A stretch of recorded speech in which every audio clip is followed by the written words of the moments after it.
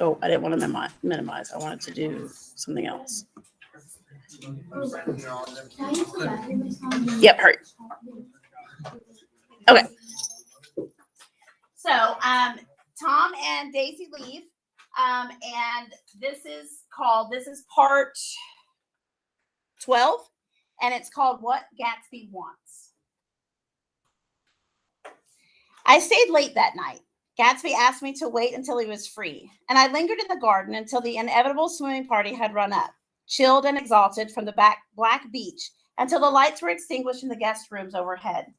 When he came down the steps at last, his tan face was drawn unusually tight on his face, and his eyes were bright and tired. She didn't like it, he said immediately. Well, of course she did. She didn't like it, he insisted. She didn't have a good time. He was silent, and I guessed at his unutterable depression. I feel far away from her, he said. It's hard to make her understand. Do you mean about the dance? The dance? He dismissed all the dances that he had given with a snap of his fingers. Old sport, the dance is unimportant.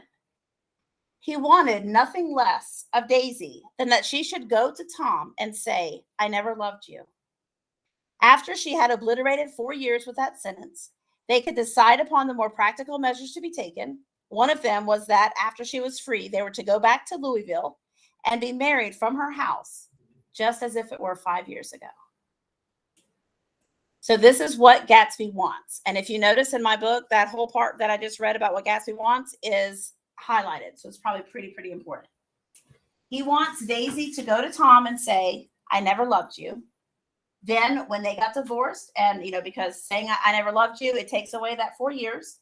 And then we can go back to Louisville and we can get married from your house the way that it was supposed to be.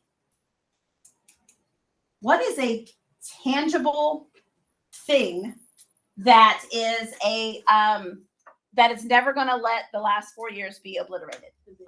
The baby.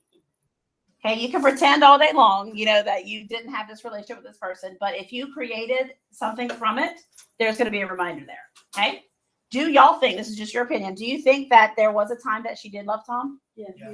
She might not love him now, but do you think that, yeah.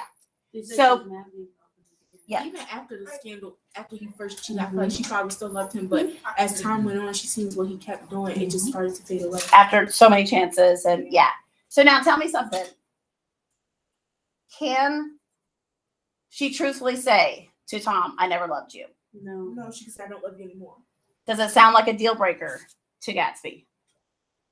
Yeah. Okay, so we'll see. Wait, I thought she tricked herself into loving him, kind of. Well, I think had Gatsby not left, she would never have fallen in love with Tom. But when she fell in love with Tom, I think she did fall in love with Tom. Yeah. After they got back, yeah. Okay, now, again, I don't know about now, but there was a time when, she did. And she doesn't understand, he said. She used to be able to understand. We would sit for hours. He broke off and began to walk up and down a desolate path of fruit rinds and discarded favors and crushed flowers. I wouldn't ask too much of her, I ventured. You can't repeat the past. Can't repeat the past, he cried incredulously. Why, of course you can. Anybody have an issue with that? It's not the same. Why is it not the same? People change. Things happen. We're not together. But Gatsby's holding on to this. So in big letters, I wrote eternal optimism right there. You can't tell Gatsby that it's not going to be the exact way he planned it. Okay, my man is optimistic. My man is very sure that it's going to be just the way it was 5 years ago. And I like that Nick is being his friend, and he's like, dude, maybe pull back a little bit. Maybe, but he's like, no. Can't repeat the past? Of course you can. Okay. He looked around him wildly, as if the past were lurking here in the shadow of his house, just out of reach of his hand. I'm going to fix everything, just the way it was before, he said, nodding determinedly. She'll see. He talked a lot about the past, and I gathered that he wanted to recover something, some idea of himself, perhaps, that had gone into loving Daisy. His life had been confused and disordered since then. But if he could once return to a certain starting place and go over it all again slowly, he could find out what that thing was. One autumn night, 5 years before, they had been walking down the street when the leaves were falling, and they came to a place where there were no trees and the sidewalk was white with moonlight. So you see the dots, right? The ellipsis. He starts telling Gatsby starts telling Nick about this. So who is the they? Him and Daisy, okay? It's 5 years ago. They stopped here and turned toward each other. Now it was a cool night with the mysterious excitement in which comes with the 2 changes of the year. The quiet lights in the houses were humming out into the darkness, and there was a stir and a bustle among the stars. Out of the corner of his eye, Gatsby saw that the blocks of the sidewalks really formed a ladder and mounted to a secret place above the trees. He could climb to it if he climbed alone, and once there, he could suck the pap of life, gulp down the incomparable milk of wonder. His heart beat faster and faster as Daisy's white face came up to his own. He knew that when he kissed this girl and forever wed his unutterable visions to her perishable breath, his mind would never romp like the mind of God. So he waited, listening for a moment longer to the tuning fork that had been struck upon a star. Then he kissed her. At his lips' touch, she blossomed for him like a flower, and the incarnation was complete. Before this, what was he focused on? When he says that the mind and would romp like the Son of God, what was he focusing on? Himself. But now suddenly this girl right here, he says, I know that once I kiss her, it's different. She matters. Okay? And that's got to be some kind of kiss, you know what I'm saying?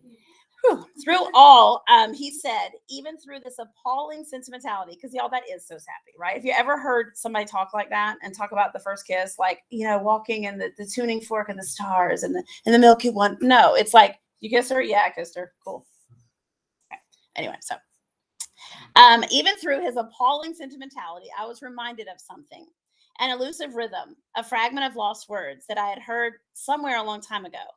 For a moment, a phrase tried to take shape in my mouth, and my lips parted like a dumb man's, as though there was more struggling upon them than a wisp of startled air.